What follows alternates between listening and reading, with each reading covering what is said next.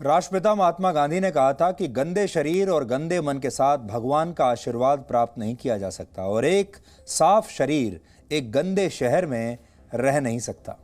महात्मा गांधी ने यह बात लोगों को स्वच्छता की अहमियत बताते हुए कही थी। साफ सुथरी जगह पर रहना हम सभी को अच्छा लगता है, लेकिन कभी आपने सोचा है कि हमारे देश में जब इतने वर्षों से, इतने दशकों से स्वच्छता पर जोर दिया जाता है, हमारी संस्कृति में स्वच्छता पर इतना जोर दिया जाता है, तो भी हमारा देश साफ सुथरा क्यों नहीं है? हमारे संस्कारों में हमें यह बताया गया है, हमारे धर्म में हमें यह बताया गया है, हमारे संस्कृति में हमें यह बताया गया है और अलग अलग समय पर हमारे नेताओं ने भी हमें यह बताया है। फिर भी हम अपने देश को, अपने शहर को, अपने गांव को, गली को, मोहल्ले को साफ सुथरा क्यों नहीं रख पाते? समस्या क्या है? लेकिन हमें क्या लगता है और हम क्या करते हैं, उसमें बहुत अंतर है। अब आपको कुछ तस्वीर दिखाते हैं जिससे ये बात साबित हो जाएगी।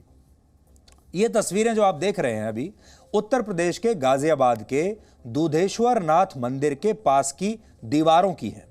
इन दीवारों पर खूबसूरत पेंटिंग्स के ऊपर आपको सफेद पुताई के निशान नजर आ रहे होंगे। आपको ये समझ में आ रहा होगा, ये देखकर लगता है कि पहले यहां पर कोई और चित्रकारी की गई है इन दीवारों पर और फिर उन चित्रों को मिटाने के लिए उनके ऊपर सफेदी कर दी गई है। अब ऐसा क्यों किया गया है, ये आपको बताते हैं। अब आपको दिखाते हैं कि पिछले वर्ष अगस्त के महीने में इन्हीं दीवारों की तस्वीर क्या थी। गाजियाबाद नगर निगम ने पिछले साल अगस्त में इन दीवारों पर कुछ चित्रकारी करवाई थी। नगर निगम की सोच थी कि दीवारों पर देवी देवताओं को देखकर लोग धार्मिक भावनाओं का सम्मान करेंगे और कम से कम अपने देवी देवताओं के आसपास गंदगी न तो करेंगे न फैलाएंगे, शायद इससे लोग सुधर जाएं। लेकिन ऐसा बिल्कुल नहीं हुआ। 6 महीने भी बीते नहीं थे कि नगर निगम को लाखों रुपया खर्च करके बनाई गई इन चित्रकारियों पर फिर से सफेदी करवानी पड़ी, चूना लगाना पड़ा। पहले तस्वीर जो थी वो देख लीजिए और आज की तस्वीर जो है वो देख लीजिए, क्योंकि लोग अपनी गंदगी फैलाने की आदतों से बाज नहीं आए और अपने देवी देवताओं के सामने भी, भगवान की तस्वीरों के सामने भी उन्होंने गंदगी फैलाने से अपने ऊपर रोक नहीं लगाई। धार्मिक आस्था भी लोगों की इस फितरत को बदल नहीं पाई। ऐसे बहुत सारे वीडियोस सामने आने लगे और जब सरकार ने यह देखा और लोगों ने भी देखा तो बहुत सारे लोगों ने पुलिस से शिकायत की और कहा कि यह हो क्या रहा है, और इन दीवारों को अब इस तरह का बना दिया गया है जो आप देख रहे हैं। किसी दीवार को साफ रखने के लिए वहां धार्मिक तस्वीरें या देवी देवताओं की पेंटिंग बना देना एक आसान तरीका हो सकता है, लेकिन यह कोई समाधान नहीं है। इसलिए इस तरीके पर लोग सवाल भी उठा रहे हैं। किसी जगह को साफ रखने के लिए वहां देवी देवताओं की मूर्ति रख देना या वहां कोई धार्मिक प्रतीक लगा देना, ऐसे प्रयोग कई जगहों पर पहले भी किए जाते रहे हैं। लेकिन आपने देखा होगा कि अक्सर ऐसी तस्वीरें एक ही धर्म की होती हैं। यहां पर भी आपने देखा होगा, लोगों को रोकने के लिए सिर्फ हिंदू देवी देवताओं की तस्वीरें ही लगाई गई हैं, किसी और धर्म के देवी देवताओं की तस्वीरें नहीं हैं। धर्मनिरपेक्ष देश भारत में यह खतरा केवल हिंदू धर्म के साथ ही मोल लिया जाता है। कहने को तो सरकार धर्मनिरपेक्ष होती है, प्रशासन भी धर्मनिरपेक्ष होता है और हमारा देश भी धर्मनिरपेक्ष है। अगर धर्मनिरपेक्ष है तो फिर लोगों को गंदगी करने से रोकने के लिए सिर्फ हिंदू देवी देवताओं की तस्वीरें ही क्यों लगाई गई और फिर क्यों उन्हीं का अपमान करवाया गया? ये सामाजिक प्रयोग करने के लिए हिंदू धर्म के प्रतीक, चिन्ह या तस्वीरें ही क्यों लगाई जाती हैं? यहां हम ये नहीं कहना चाहते कि यह प्रयोग दूसरे धर्मों के साथ भी किया जाना चाहिए, हम ये बिल्कुल नहीं कह रहे हैं।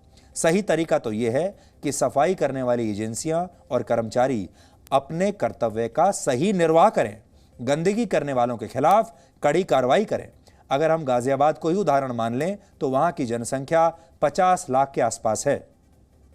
इस जिले में साफ सफाई के काम में लगे कर्मचारियों की संख्या 3,500 है।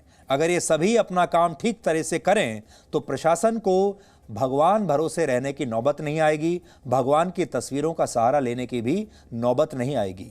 सबसे अच्छा तो ये होगा कि सफाई को लेकर लोग अपनी आदतों को खुद ही बदल लें और उसके लिए ये भगवान की तस्वीरें लगाने की आवश्यकता ही ना पड़े। भारत में वर्ष 2014 से स्वच्छ भारत अभियान चल रहा है। इस अभियान के तहत शहरों को स्वच्छता के आधार पर रैंकिंग दी जाती है। भारत सरकार के स्वच्छता ऐप पर हर महीने औसतन 2.5 लाख शिकायतें पोस्ट होती हैं, लेकिन सफाई शिकायतों से नहीं, सुधारों से आती है और सफाई वाली आदतों में सुधार की अब भी बहुत गुंजाइश बाकी है।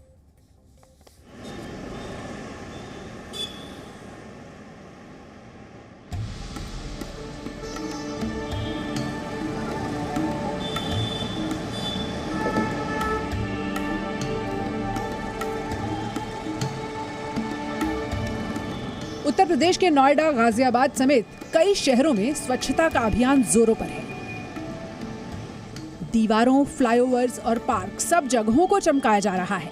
लाखों करोड़ों के खर्च के साथ प्रशासन स्वच्छ भारत अभियान में अपनी छवि और शहर की रैंकिंग दोनों सुधारना चाहता है, लेकिन इस अभियान पर पानी फेरने वाले कहां मानते हैं। साफ दीवार और मन मुताबिक जगह दिखी नहीं कि काम शुरू।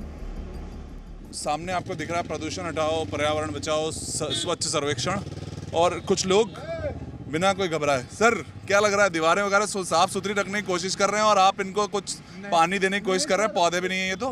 सर ये नाला है इसलिए कर नाला है, नाला इसीलिए बनाया गया है कि आप आए और खुले में लघु शंका कर दें। सर बड़ी जोर से लगा। अरे जोर से लगा था। नहीं सर, ये तो जगह आप देखिए ना, आप क्यों, आप कुछ तो ध्यान रखना चाहिए था ना आपको। अच्छा सर, गलती हो गई। गाजियाबाद प्रशासन ने ऐसे नागरिकों से पार पाने का एक रास्ता खोजा, लेकिन वो भी उल्टा पड़ गया।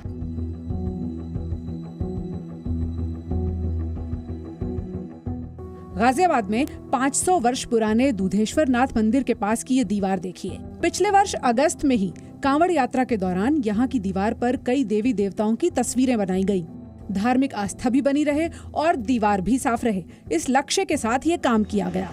इसके लिए नगर निगम ने उस वक्त बाकायदा 1 लाख रुपए खर्च किए थे, लेकिन 6 महीने के अंदर ही गाजियाबाद प्रशासन को अपनी ही मेहनत पर चूना फेरना पड़ गया। अब यहाँ की तस्वीर कुछ ऐसी है। ये तस्वीरें क्यों बदली, उसके पीछे की वजह है ये तस्वीर। गाजियाबाद में लोगों ने इन दीवारों को भी नहीं छोड़ा। ऐसी हरकतों के बाद आसपास के लोगों ने हंगामा कर दिया। मामला पुलिस तक पहुंचा।